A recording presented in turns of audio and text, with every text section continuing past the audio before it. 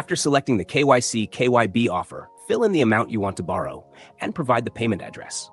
Then select Request Contract. An in-app notification will show that the lender is preparing a verification link. By tapping on the contract, we can view the loan details.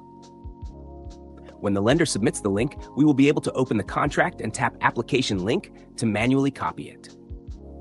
Alternatively, we can tap KYC Verification Required and select Verify Identity. The desktop version allows us to copy the link or start the verification process by clicking Verify Identity. After completing the verification, we tap Confirm KYC Completion and then Yes, Notify Lender. This action sends a notification to the lender, prompting them to review our application.